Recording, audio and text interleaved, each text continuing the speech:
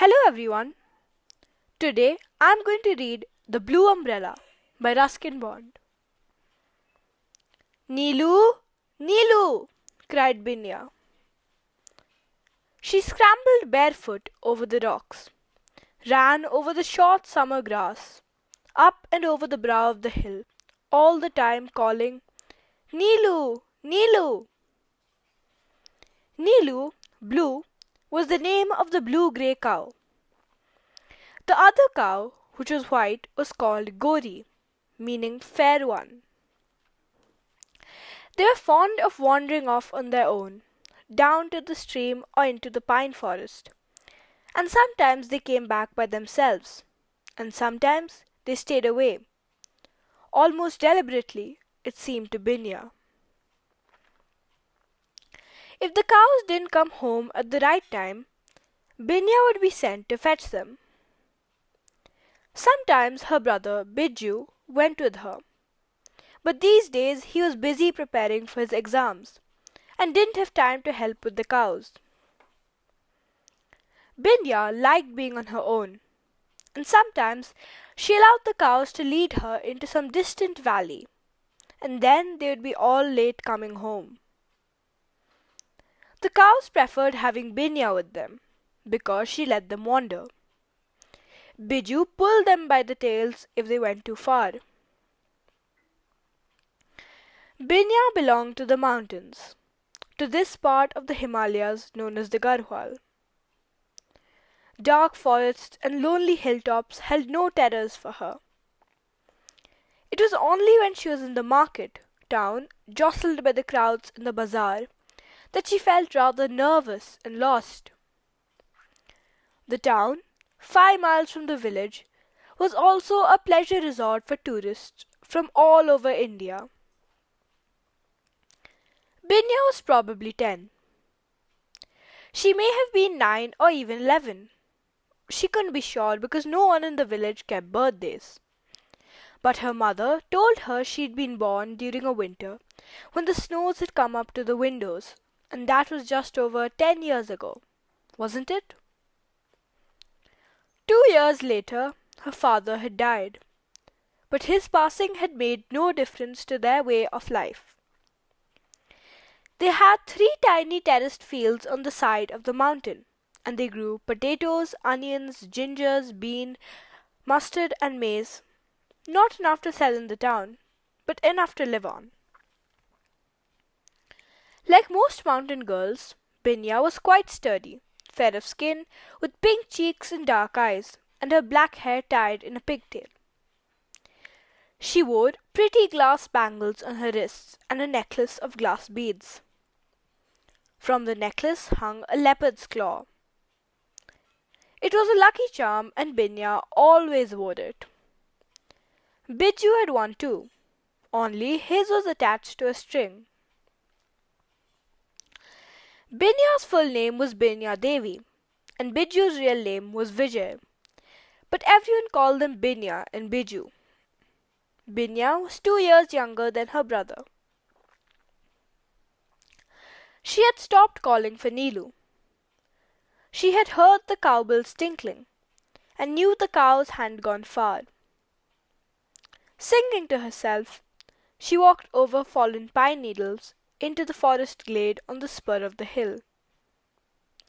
She heard voices, laughter, the clatter of plates and cups, and stepping through the trees, she came upon a party of picnickers.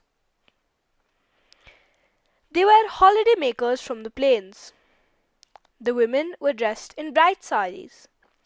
The men wore light summer shirts, and the children had pretty new clothes.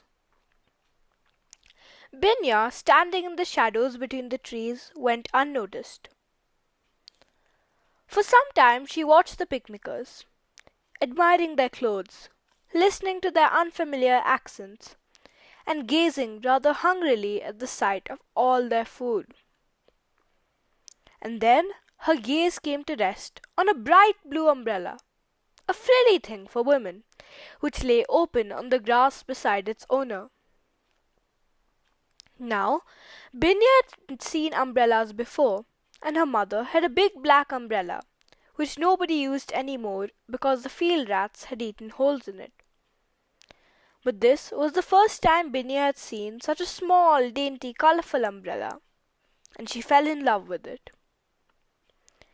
The umbrella was like a flower, a great blue flower that had sprung up on the dry brown hillside. She moved forward a few paces so that she could see the umbrella better. As she came out of the shadows into the sunlight, the picnickers saw her. "Hello, look who's here!" exclaimed the older of the two women. "A little village girl." "Isn't she pretty?" remarked the other. "But how torn and dirty her clothes are!" It did not seem to bother them that Binya could hear and understand everything they said about her. "They're very poor in the hills," said one of the men. "Then let's give her something to eat." And the older woman beckoned to Binya to come closer. Hesitantly, nervously, Binya approached the group. Normally she would have turned and fled, but the attraction was the pretty blue umbrella. It had cast a spell over her, drawing her forward almost against her will. "What's that on her neck?" asked the younger woman. "A necklace of sorts." "It's a pendant. See, there's a claw hanging from it." "It's a tiger's claw," said the man beside her. He had never seen a tiger's claw. "A lucky charm. These people wear them to keep away evil spirits." He looked to Binya for confirmation, but Binya said nothing. "Oh, I want one too," said the woman, who was obviously his wife. "You can't get them in shops." "Buy hers then. Give her 2 or 3 rupees. She's sure to need the money." The man, looking slightly embarrassed but anxious to please his young wife, produced a 2-rupee note and offered it to Binya, indicating that he wanted the pendant in exchange. Binya put her hand to the necklace, half afraid that the excited woman would snatch it away from her. Solemnly she shook her head. The man then showed her a 5-rupee note, but again Binya shook her head. "How silly she is!" exclaimed the young woman. "May not be hers to sell," said the man, "but I'll try again." "How much do you want? What can we give you?" And he waved his hand around the picnic things scattered about in the grass. Without any hesitation, Binya pointed to the umbrella. "My umbrella!" exclaimed the young woman. "She wants my umbrella? What cheek!" "Well, you want her pendant, don't you?" "That's different." "Is it?" The man and his wife were beginning to quarrel with each other. "I'll ask her to go away," said the older woman. "We're making such fools of ourselves." "But I want the pendant," cried the other petulantly. And then, on an impulse, she picked up the umbrella and held it out to Binya.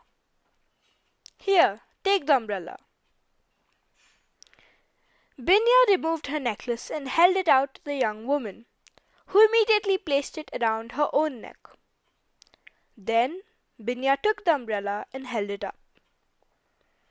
It did not look so small in her hands. In fact, it was just the right size. She had forgotten about the picnickers, who were busy examining the pendant. She turned the blue umbrella this way and that, looking through the bright blue silk at the pulsating sun, and then, still keeping it open, turned and disappeared into the forest glade. Binya seldom closed the blue umbrella. Even when she had it in the house, she left it lying open in a corner of the room. Sometimes Biju snapped it shut, complaining that it got in the way. She would open it again a little later. It wasn't beautiful whenever it was closed.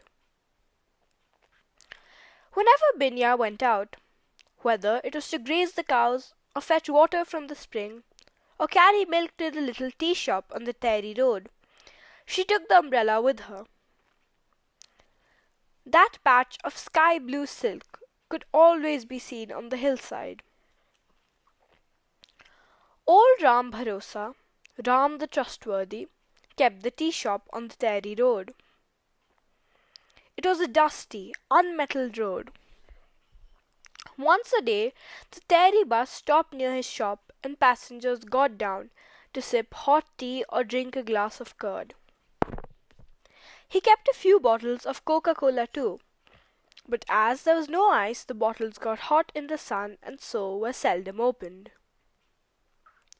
He also kept sweets and toffees, and when Binya or Biju had a few coins to spare, they'd spend them at the shop. It was only a mile from the village.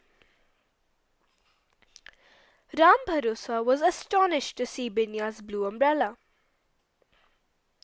"What have you there, Binya?" he asked. Binya gave the umbrella a twirl and smiled at Ram Bharosa. She was always ready with her smile and would willingly have lent it to anyone who was feeling unhappy. "That's a lady's umbrella," said Ram Bharosa. "That's only for Mem Sahibs. Where did you get it?" "Someone gave it to me, for my necklace." "You exchanged it for your lucky claw?" Binya nodded. "But what do you need it for? The sun isn't hot enough, and it isn't meant for the rain. It's just a pretty thing for rich ladies to play with." Binya nodded and smiled again. Ram Bharosa was quite right. It was just a beautiful plaything, and that was exactly why she had fallen in love with it. "I have an idea," said the shopkeeper. "It's no use to you, that umbrella. Why not sell it to me? I'll give you 5 rupees for it." "It's worth 15, said Binya. "Well, then I'll give you 10.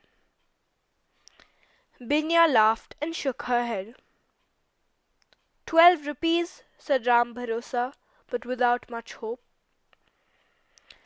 Binya placed a 5 paise coin on the counter. "I came for a toffee," she said. Ram Bharosa pulled at his drooping whiskers, gave Binya a wry look, and placed a toffee in the palm of her hand. He watched Binya as she walked away along the dusty road. The blue umbrella held him fascinated, and he stared after it until it was out of sight. The villagers used this road to go to the market town. Some used the bus, a few rode on mules, and most people walked.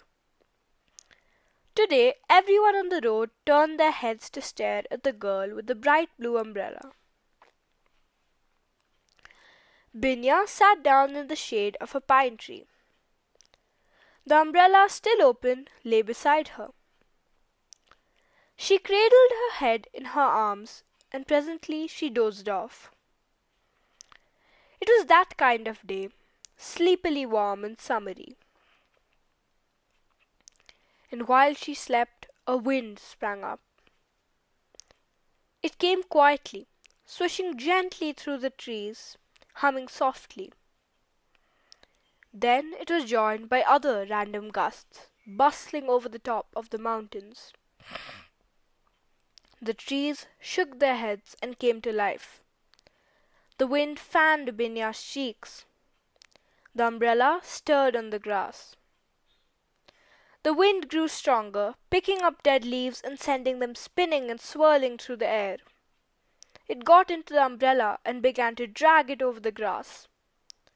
Suddenly, it lifted the umbrella and carried it about 6 feet from the sleeping girl. The sound woke Binya. She was on her feet immediately, and then she was leaping down the steep slope. But just as she was within the reach of the umbrella, the wind picked it up again and carried it further downhill. Binya set off in pursuit. The wind was in a wicked, playful mood. It would leave the umbrella alone for a few moments, but as soon as Binya came near, it would pick up the umbrella again and send it bouncing, floating, dancing away from her. The hill grew steeper. Binya knew that after 20 yards it would fall away in a precipice. She ran faster, and the wind ran with her, ahead of her, and the blue umbrella stayed up with the wind.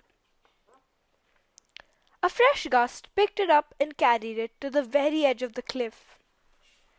There it balanced for a few seconds before toppling over out of sight. Binya ran to the edge of the cliff. Going down on her hands and knees, she peered down the cliff face. About 100 feet below, a small stream rushed between great boulders. Hardly anything grew on the cliff face. Just a few stunted bushes, and halfway down a wild cherry tree grew crookedly out of the rocks and hanging across the chasm. The umbrella had stuck in the cherry tree. Binya didn't hesitate.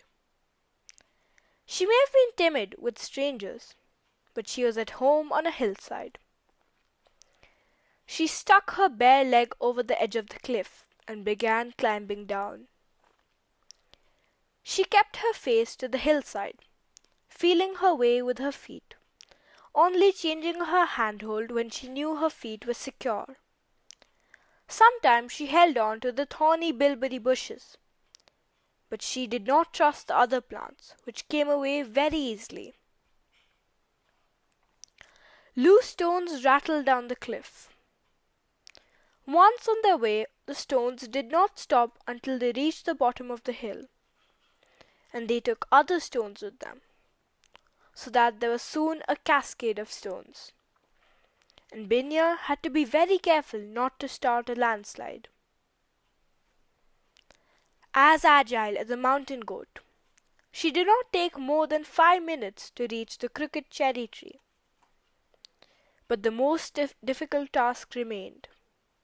She had to crawl along the trunk of the tree, which stood out at right angles from the cliff. Only by doing this could she reach the trapped umbrella. Binya felt no fear when climbing trees. She was proud of the fact that she could climb as well as Biju. Gripping the rough cherry bark with her toes, and using her knees as leverage, she crawled along the trunk of the projecting tree until she was almost within the reach of the umbrella. She noticed with dismay that the blue cloth was torn in a couple of places. She looked down, and it was only then that she felt afraid. She was right over the chasm, balanced precariously about 80 feet above the boulder-strewn stream. Looking down, she felt quite dizzy. Her hands shook, and the tree shook too. If she slipped now, there was only one direction in which she could fall. Down, down, into the depths of the dark and shadowy ravine. There was only one thing to do. Concentrate on the patch of blue, just a couple of feet away from her. She did not look down or up, but straight ahead, and willing herself forward, she managed to reach the umbrella. She could not crawl back with it in her hands. So, after dislodging it from the forked branch in which it had stuck, she let it fall, still open, into the ravine below. Cushioned by the wind, the umbrella flew serenely downwards, landing in a thicket of nettles. Binya crawled back along the trunk of the cherry tree. 20 minutes later, she emerged from the nettle clump, her precious umbrella held aloft. She had nettle stings all over her legs, but she was hardly aware of the smarting. She was as immune to nettles as Biju was to bees. About 4 years previously, Biju had knocked a hive out of an oak tree and had been badly stung on the face and legs. It had been a painful experience. But now, if a bee stung him, he felt nothing at all. He had been immunized for life. He was on his way home from school. It was 2 o'clock and he hadn't eaten anything since 6 in the morning. Fortunately, the kingora bushes, the bilberries, were in fruit, and already Biju's lips were stained purple with the juice of the wild, sour fruit. He didn't have any money to spend at Ram Bharosa's shop, but he stopped there anyway to look at the sweets in their glass jars. "And what'll you have today?" asked Ram Bharosa. "No money," said Biju. "You can pay me later." Biju shook his head. Some of his friends had taken sweets on credit, and at the end of the month they had found they had eaten more sweets than they could possibly pay for. As a result, they had to hand over to Ram Bharosa some of their most treasured possessions, such as a curved knife for cutting grass, or a small hand axe, or a jar for pickles, or a pair of earrings, and these had become the shopkeeper's possessions and were kept by him or sold in his shop. Ram Bharosa had set his heart on having Binya's blue umbrella, and so naturally he was anxious to give credit to either of the children, but so far neither had fallen into the trap. Biju moved on, his mouth full of kingora berries. Halfway home he saw Binya with the cows.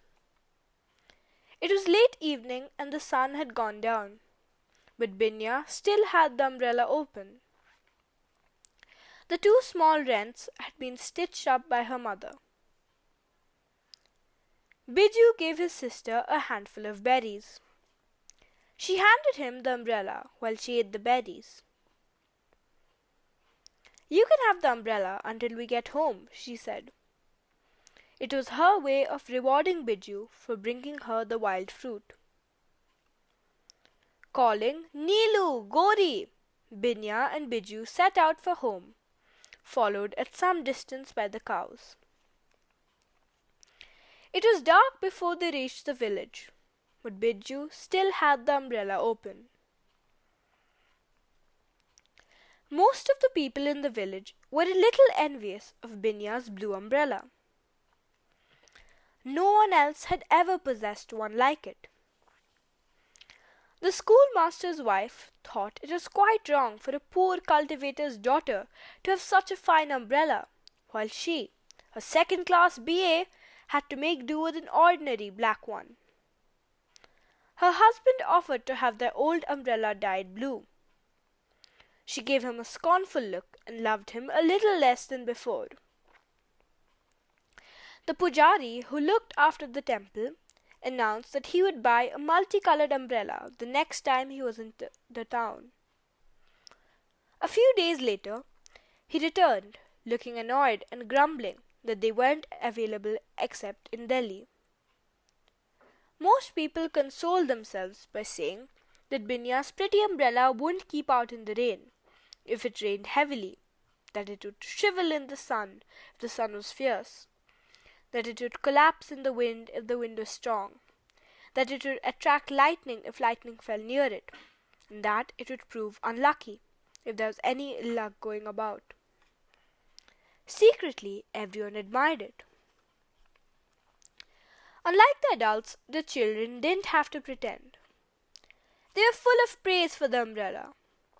It was so light, so pretty, so bright a blue. And it was just the right size for Binya. They knew that if they said nice things about the umbrella, Binya would smile and give it to them to hold for a little while. just a very little while. Soon it was the time of the monsoon. Big black clouds kept piling up and the thunder rolled over the hills. Binya sat on the hillside all afternoon, waiting for the rain. As soon as the first big drop of rain came down, she raised the umbrella over her head. More drops, big ones, came pattering down. She could see them through the umbrella silk as they broke against the cloth. And then there was a cloudburst, and it was like standing under a waterfall. The umbrella wasn't really a rain umbrella, but it held up bravely. Only Binya's feet got wet. Rods of rain fell around her in a curtain of shivered glass. Everywhere on the hillside, people were scurrying for shelter. Some made for a charcoal burner's hut, others for a mule shed or Ram Bharosa's shop. Binya was the only one who didn't run. This was what she'd been waiting for, rain on her umbrella. And she wasn't in a hurry to go home. She didn't mind getting her feet wet. The cows didn't mind getting wet either. Presently she found Biju sheltering in a cave. He would have enjoyed getting wet, but he had his school books with him and couldn't afford to let them get spoiled. When he saw Binya, he came out of the cave and shared the umbrella. He was a head taller than his sister, so he had to hold the umbrella for her while she held his books. The cows had been left far behind. "Neelu! Neelu!" called Binya. "Gori!" called Biju. When their mother saw them sauntering home through the driving rain, she called out, "Binya, Biju, hurry up and bring the cows in. What are you doing out there in the rain?" "Just testing the umbrella," said Biju. The rain set in, and the sun only made brief appearances. The hills turned a lush green. Ferns sprang up on the walls and tree trunks. Giant lilies reared up like leopards from the tall grass. A white mist coiled and uncoiled as it floated up from the valley. It was a beautiful season, except for the leeches. Every day Binya came home with a couple of leeches fastened to the flesh of her bare legs. They fell off by themselves, just as soon they'd had their thimbleful of blood, but you didn't know they were on you until they fell off. And then, later, the skin became very sore and itchy. Some of the older people still believed that to be bled by leeches was a remedy for various ailments. Whenever Ram Bharosa had a headache, he applied a leech to his throbbing temple. 3 days of incessant rain had flooded out a number of small animals who lived in holes in the ground. Binya's mother suddenly found the roof full of field rats. She had to drive them out. They ate too much of her stored-up wheat flour and rice. Biju liked lifting up large rocks to disturb the scorpions who were sleeping beneath, and snakes came out to bask in the sun. Binya had just crossed the small stream at the bottom of the hill when she saw something gliding out of the bushes and coming towards her. It was a long black snake. A clatter of loose stones frightened it. Seeing the girl in its way, it rose up, hissing, prepared to strike. The forked tongue darted out. The venomous head lunged at Binya. Binya's umbrella was open, as usual. She thrust it forward between herself and the snake, and the snake's hard snout thudded twice against the strong silk of the umbrella. The reptile then turned and slithered away over the wet rocks, disappearing into a clump of ferns. Binya forgot about the cows and ran all the way home to tell her mother how she had been saved by the umbrella. Biju had to put away his books and go out to fetch the cows. He carried a stout stick in case he met with any snakes. First the summer rain, and now the endless rain, meant that the umbrella was beginning to fade a little. From a bright blue it had changed to a light blue. But it was still a pretty thing, and tougher than it looked, and Ram Bharosa still desired it. He did not want to sell it. He wanted to own it. He was probably the richest man in the area. So why shouldn't he have a blue umbrella? Not a day passed without his getting a glimpse of Binya and the umbrella. And the more he saw the umbrella, the more he wanted it. The schools closed during the monsoon, but this didn't mean that Binya could sit at home doing nothing. Neelu and Gauri were providing more milk than it was required at home. So Binya's mother was able to sell a kilo of milk every day, half a kilo to the schoolmaster and half a kilo at reduced rate to the temple pujari. Biju had to deliver the milk every morning. Ram Bharosa had asked Biju to work in his shop during the holidays, but Biju didn't have time. He had to help his mother with the ploughing and the transplanting of the rice seedlings. So Ram Bharosa employed a boy from the next village, a boy called Rajaram. He did all the washing up and ran various errands. He went to the same school as Biju, but the two boys were not friends. One day, as Binya passed the shop, twirling her blue umbrella, Rajaram noticed that his employer gave a deep sigh and began muttering to himself. "What's the matter, Babuji?" asked the boy. "Oh, nothing," said Ram Bharosa. "It's just a sickness that has come upon me, and it's all due to that girl Binya and her wretched umbrella." "Why? What has she done to you?" "Refused to sell me her umbrella. There's pride for you. And I offered her 10 rupees. Perhaps if you gave her 12. But it isn't new any longer. It isn't worth 8 rupees now. All the same, I'd like to have it." "You won't make a profit on it," said Rajaram. "It's not the profit I'm after, wretch. It's the thing itself. It's the beauty of it." "And what would you do with it, Babuji? You don't visit anyone. You're seldom out of your shop. Of what use would it be to you?" "Of what use is a poppy in a cornfield? Of what use is a rainbow? Of what use are you, numbskull? Wretch! I too have a soul. I want the umbrella because I want its beauty to be mine." Rajaram put the kettle on to boil, began dusting the counter, all the time muttering, "I'm as useful as an umbrella." And then, after a short period of intense thought, said, "What will you give me, Babuji, if I get the umbrella for you?" "What do you mean?" asked the old man. "You know what I mean. What will you give me?" "You mean to steal it, don't you, you wretch? What a delightful child you are. I'm glad you're not my son or my enemy. But look, everyone will know it has been stolen. And then how will I be able to show off with it?"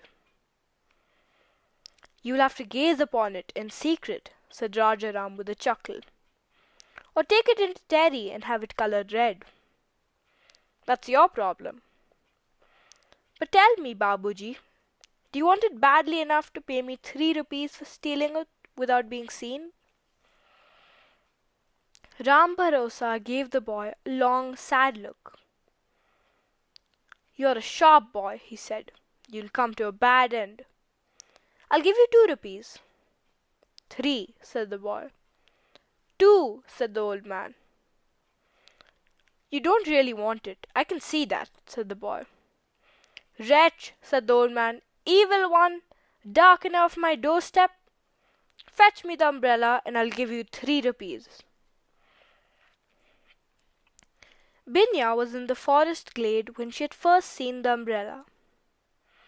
No one came there for picnics during the monsoon. The grass was always wet and the pine needles were slippery underfoot. The tall trees shut out the light, and poisonous-looking mushrooms, orange and purple, sprang up everywhere. But it was a good place for porcupines, who seemed to like the mushrooms, and Binya was searching for porcupine quills. The hill people didn't think much of porcupine quills, but far away in southern India, the quills were valued as charms and sold at a rupee each. So Ram Bharosa paid 1/10 of a rupee for each quill brought to him, and he, in turn, sold the quills at a profit to a trader from the plains. Binya had already found 5 quills, and she knew there'd be more in the long grass. For once, she had put her umbrella down. She had to put it aside if she was to search the ground thoroughly. It was Raja Ram's chance. He'd been following Binya for some time, concealing himself behind trees and rocks, creeping closer whenever she became absorbed in her search. He was anxious that she could not see him and be able to recognize him later. He waited until Binya had wandered some distance from the umbrella. Then, running forward at a crouch, he seized the open umbrella and dashed off with it. But Rajaram had very big feet. Binya heard his heavy footsteps and turned just in time to see him as he disappeared between the trees. She cried out, dropping the porcupine quills, and gave chase. Binya was swift and sure-footed, but Rajaram had a long stride. All the same, he had made the mistake of running downhill. A long-legged person is much faster going uphill than down. Binya reached the edge of the forest glade in time to see the thief scrambling down the path to the stream. He had closed the umbrella so that it would not hinder his flight. Binya was beginning to gain on the boy. He kept to the path, while she simply slid and leapt down the steep hillside. Near the bottom of the hill, the path began to straighten out, and it was here that the long-legged boy began to forge ahead again. Biju was coming home from another direction. He had a bundle of sticks which he'd collected for the kitchen fire. As he reached the path, he saw Binya rushing down the hill as though all the mountain spirits in Garhwal were after her. "What's wrong?" he called. "Why are you running?" Binya paused only to point at the fleeing Rajaram. "My umbrella!" she cried. "He has stolen it!" Biju dropped his bundle of sticks and ran after his sister. When he reached her side, he said, "I'll soon catch him," and went sprinting away over the lush green grass. He was fresh, and he was soon well ahead of Binya and gaining on the thief. Rajaram was crossing the shallow stream when Biju caught up with him. Rajaram was the taller boy, but Biju was much stronger. He flung himself at the thief, caught him by the legs, and brought him down in the water. Rajaram got to his feet and tried to drag himself away, but Biju still had him by a leg. Rajaram overbalanced and came down with a great splash. He had let the umbrella fall. It began to float away on the current. Just then Binya arrived, flushed and breathless, and went dashing into the stream after the umbrella. Meanwhile, a tremendous fight was taking place. Locked in fierce combat, the two boys swayed together on a rock, tumbled onto the sand, rolled over and over on the pebbled bank, until they were again thrashing about in the shallows of the stream. The magpies, bulbuls, and other birds were disturbed, and flew away with cries of alarm. Covered with mud, gasping and spluttering, the boys groped for each other in the water. After 5 minutes of frenzied struggle, Biju emerged victorious. Rajaram lay flat on his back on the sand, exhausted, while Biju sat astride him, pinning him down with his arms and legs. "Let me get up," gasped Rajaram. "Let me go. I don't want your useless umbrella." "Then why did you take it?" demanded Biju. "Come on, tell me why." "It was that skinflint Ram Bharosa," said Rajaram. "He told me to get it for him. He said if I didn't fetch it, I'd lose my job." By early October, the rains were coming to an end. The leeches disappeared. The ferns turned yellow, and the sunlight on the green hills were mellow and golden, like the limes on the small tree in front of Binya's home. Biju's days were happy ones as he came home from school, munching on roasted corn. Binya's umbrella had turned a pale, milky blue, and was patched in several places, but it was still the prettiest umbrella in the village, and she still carried it with her wherever she went. The cold, cruel winter wasn't far off, but somehow October seemed longer than other months, because it is a kind of kind month. The grass is good to be upon. The breeze is warm and gentle and pine-scented. That October everyone seemed contented. Everyone, that is, except Ram Bharosa. The old man had by now given up all hope of ever possessing Binya's umbrella. He wished he had never set eyes on it, because of the umbrella he had suffered the tortures of greed, the despair of loneliness. Because of the umbrella, people had stopped coming to his shop. Ever since it had become known that Ram Bharosa had tried to have the umbrella stolen, the village people had turned against him. They stopped trusting the old man. Instead of buying their soap and tea and matches from his shop, they preferred to walk an extra mile to the shops near the Terry bus stand. Who would have dealings with a man who had sold his soul for an umbrella? The children taunted him, twisted his name around from Ram the Trustworthy. He became Trusty Umbrella Thief. The old man sat alone in his empty shop, listening to the eternal hissing of his kettle, and wondering if anyone would ever again step in for a glass of tea. Ram Bharosa had lost his own appetite, and ate and drank very little. There was no money coming in. He had his savings in a bank in Terry, but it was a terrible thing to have to dip into them. To save money, he had dismissed the blundering Rajaram, so he was left without any company. The roof leaked and the wind got in through the corrugated tin sheets, but Ram Bharosa didn't care. Biju and Binya passed his shop almost every day. Biju went by with a loud but tuneless whistle. He was one of the world's whistlers. Cares rested lightly on his shoulders. But strangely enough, Binya crept quietly past the shop, looking the other way, almost as though she was in some way responsible for the misery of Ram Bharosa. She kept reasoning with herself, telling herself that the umbrella was her very own, and that she couldn't help it if others were jealous of it. But had she loved the umbrella too much? Had it mattered more to her than people mattered? She couldn't help feeling that in a small way she was the cause of the sad look on Ram Bharosa's face. "His face is a yard long," said Biju, "and the ruinous condition of his shop.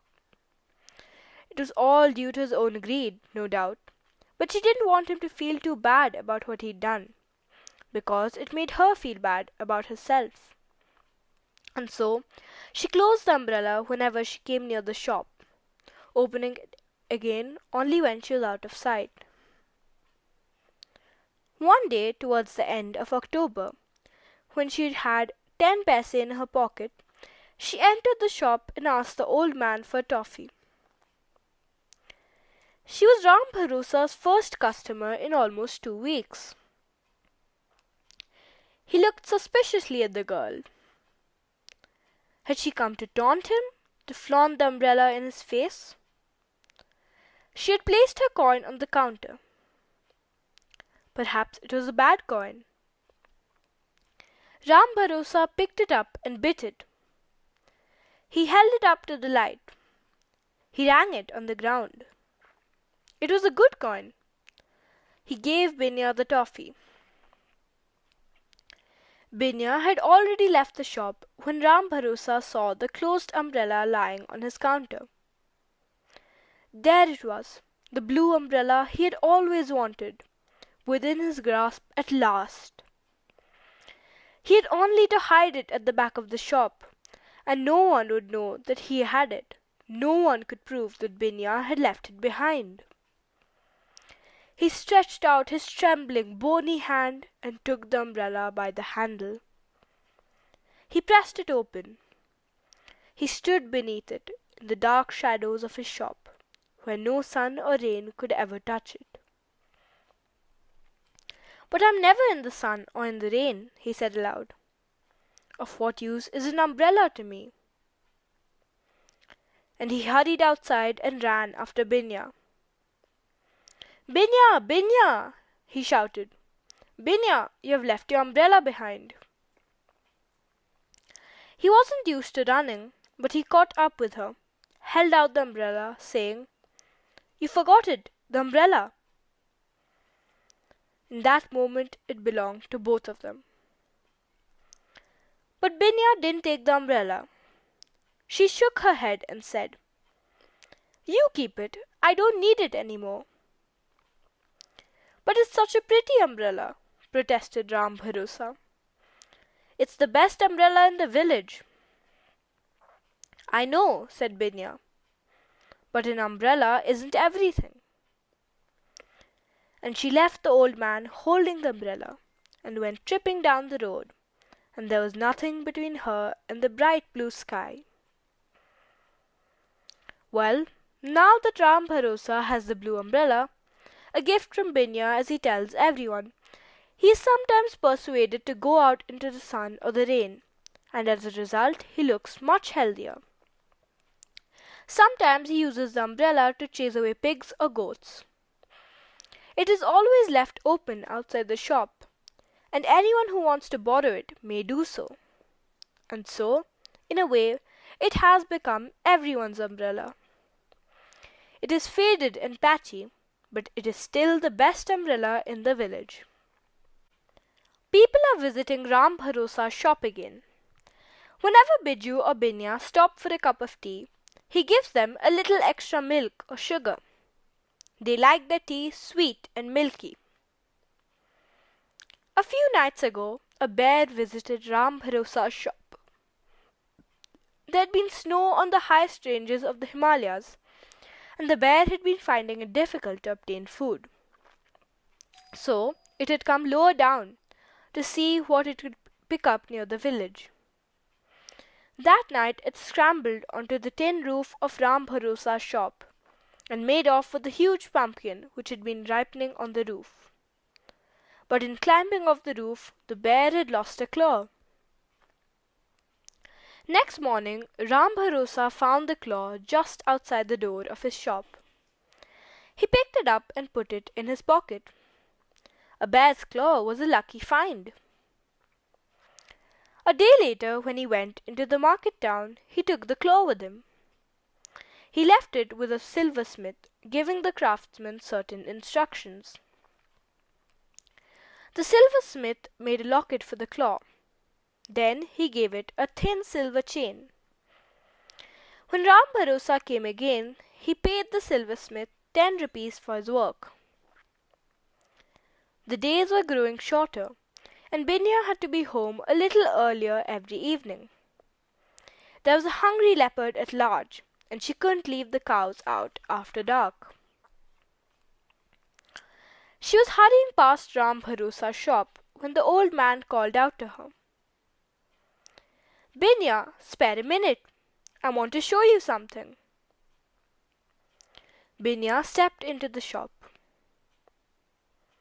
"What do you think of it?" asked Ram Bharosa, showing her the silver pendant with the claw.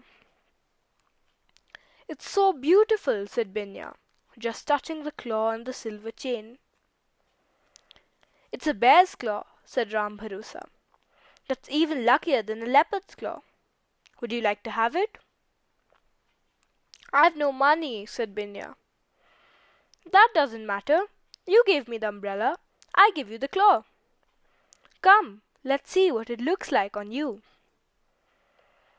He placed the pendant on Binya, and indeed it looked very beautiful on her. Ram Bharosa says he will never forget the smile she gave him when she left the shop. She was halfway home when she realized she had left the cows behind. "Neelu, Neelu," she called. "Oh, Gori!" There was a faint tinkle of bells as the cows came slowly down the mountain path. In the distance she could hear her mother and Biju calling for her. She began to sing. They heard her singing and knew she was safe and near. She walked home through the darkening glade, singing of the stars, and the trees stood still and listened to her, and the mountains were glad. The End.